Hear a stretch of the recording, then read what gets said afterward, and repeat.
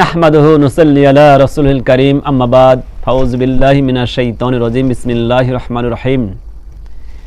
প্রিয় দিনদার ইমানদার মুসলিম ও মুসলিম যে যেখানে আছেন দূরে বা কাছে সবাইকে জানাই আমার আন্তরিক সালাম মোবারকবাদ। আসসালামু আলাইকুম ওয়া রাহমাতুল্লাহি ওয়া বারাকাতুহু।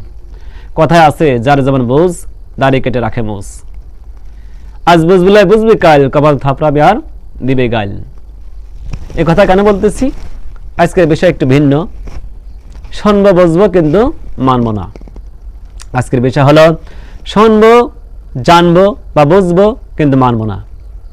এ ব্যাপারে আল্লাহ তাআলা পরিচয় দিয়েছেন কারা শুনবে, কারা বুঝবে কিন্তু মানবে না, আল্লাহ তাআলা পরিচয় দিয়েছেন। তার আগে একটি গল্প বা একটি উদাহরণ দিয়ে আসছি এবং মূল কথায় চলে যাব। একটি ক্লাসে একটি দুষ্ট ছাত্র প্রতিদিন ক্লাস করে, মাস্টাররা পড়া দেয় কিন্তু পরদিন যা সেই পড়া আর দিতে পারে না। তো মাস্টার একদিন বিরক্ত হয়ে বলতেছেন, হে বল্টু, তুই পড়াশোনা আসলেও পারিস না নাকি পড়াশোনা করতে তোর মন চায় না বা চেষ্টা করিস না? বল্টু বলতেছে, স্যার আপনি যেটা ভালো মনে করেন, যা আপনি মনে করেন সেটাই। তো আজও সমাজে অনেক নেতাকর্মী আছে, অনেক মানুষ আছে, সাধারণ মানুষও আছে, তারা শুনবে বুঝবে মানবে না। এ ব্যাপারে আল্লাহ তাআলা পরিচয় দিয়েছেন সূরাতুল বাকারা 2 নম্বর সূরা 6 নম্বর আয়াত। আল্লাহ তাআলা বলছেন, ইন্নাল্লাযিনা কাফারু সাউন আলাইহিম আনজারতাহুম আম লাম তুনজিরহুম লা ইউমিনুন। অর্থাৎ ইন্নাল্লাযিনা, নিশ্চয় যারা কাফারু, যারা কাফের। দেখুন, কাফের কোনো জাতি ভাই না। কাফের প্রত্যেক জাতির ভিতরে থাকবে। কাফের শব্দের অর্থ অবিশ্বাসী, তারা কিয়ামত বিশ্বাস করে না, নবী রাসূল বিশ্বাস করে না, আখিরাতকে যারা বিশ্বাস করে না তারাই কাফের। তো যারা কাফের আল্লাহ তাআলা বলছেন তাদের কি আল্লাহ রাসূলকে ডাক দিয়ে আল্লাহ তাআলা বলছেন, হে আমার হাবিব, হে আমার বন্ধু, নিশ্চয় যারা কাফের তাদেরকে দাওয়াত দেন বা না দেন, আহ্বান করেন বা না করেন, সতর্ক করেন বা না করেন, তারা ঈমান আনবে না। লা ইউমিনুন শেষ শব্দ আছে, তারা ঈমান আনবে না, উভয় পক্ষে সমান। ইন্নাল্লাযিনা কাফারু সাওয়াউন আলাইহিম আনজারতাহুম আম লাম তুনজিরহুম লা ইউমিনুন। যতই আপনি আহ্বান করুন, যতই দাওয়াত দেন বা না দেন, উভয় পক্ষে সমান, তারা কি করবে? ঈমান আনবে না। কারণ কি? কারণ 7 নম্বর আয়াতে আল্লাহ তাআলা বলছেন, বিসমিল্লাহির রহমানির রহিম, খতামাল্লাহু আলা কুলুবিহিম ওয়া আলা সামিহিম ওয়া আলা আবসারিহিম গিশাওয়াতু ওয়া লাহুম আযাবুন আযীম। অর্থাৎ তাদের অন্তরে কানে মোহর মেরে দেওয়া হয়েছে, চোখের সামনে আছে আবরণ, আর তাদেরকে কঠিন আযাবে আল্লাহ তাআলা গ্রেফতার করে ফেলবেন, তাদেরকে কঠিন আযাব দিবেন।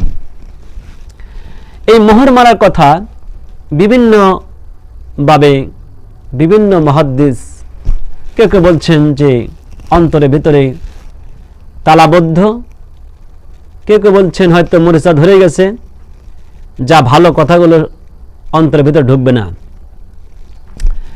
যাই হোক, তো এখন আল্লাহ তাআলা যেহেতু বলছেন যে তাদের অন্তরে মোহর মেরে দেওয়া হয়েছে, তারা ভালো কিছু তারা অন্তরের ভিতরে নেবে না, আর চোখের সামনে রয়েছে আবরণ, যা ভালো জিনিস দেখা সত্ত্বেও সামনে আছে তবু তারা দেখতে চাইবে না। এরা কাফের, এরা কাফের, এরা কখনো ঈমান আনবে না এবং তাদেরকে আযাবের সুসংবাদ দেওয়া হয়েছে। মোহতারাম হাজরিন, তো আল্লাহ তাআলা এখানে মাথা ব্রেন যেহেতু আমাদের আছে, প্রত্যেক মানুষেরই, আল্লাহ তাআলা কিন্তু মাথা ব্রেনে মোহর মেরে দেওয়া হয়েছে কথা বলেননি। আল্লাহ তাআলা তো জ্ঞানী, মহাজ্ঞানী, তিনি জানেন, তিনি অন্তরে মোহর মারার কথা বলেছেন। একটু ভালো ব্যাখ্যা করলে আমরা সঠিক এই মোহর মারার ঘটনা বুঝতে পারবো। তো আল্লাহ তাআলা জানতেন যে কিছু মানুষ সমাজে থাকবে, এই দুনিয়ায় থাকবে, তারা ব্রেন দিয়ে, স্মরণ শক্তি দিয়ে তারা শুনবে, বুঝবে, কিন্তু অন্তরের ভিতরে নেবে না। অন্তরে আল্লাহ তাআলা মোহর মেরে দিয়েছেন।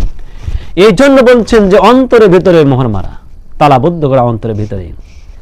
ব্রেনে কেন বলেন নাই? ব্রেনে তারা শুনবে, তারা বুঝবেও, কিন্তু মানবে না। মোহতারাম হাজিরিন,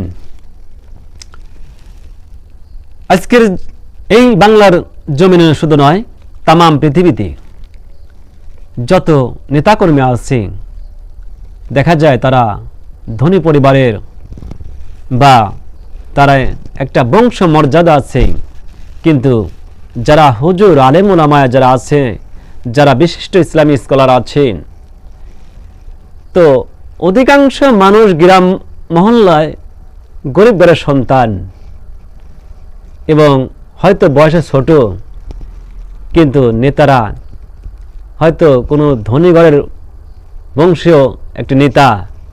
তারা কি মনে করে, এই হুজুরগণের কাছ থেকে বা আলেমদের কাছ থেকে কোরআন হাদিসের কথা তারা শোনে, কিন্তু মানে না।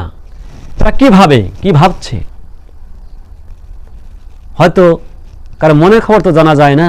হয়তো ভাবতে পারে যে আমার বয়সে ছোট, আমার বংশ মর্যাদা বড়, ওর নিম্ন মর্যাদা, বা আমার সাথে বয়সে ছোট, এরকম যাই হোক কি মনে করে, এই কারণে তারা এই কুরআন হাদিস মেনে নিচ্ছে না।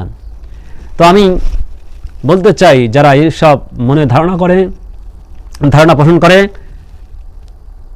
তারা যেন এই হুজুরদের কথা বা কোনো আলেম উলামাদের কথা তারা না শুনে, তারা নিজ ক্ষমতায়, নিজ দায়িত্ব তারা যেন কোরআন হাদিস পড়ে, এবং কোরআন হাদিস পড়ে যেন তারা জানতে পারে এবং তারা যেন আমল করতে পারে।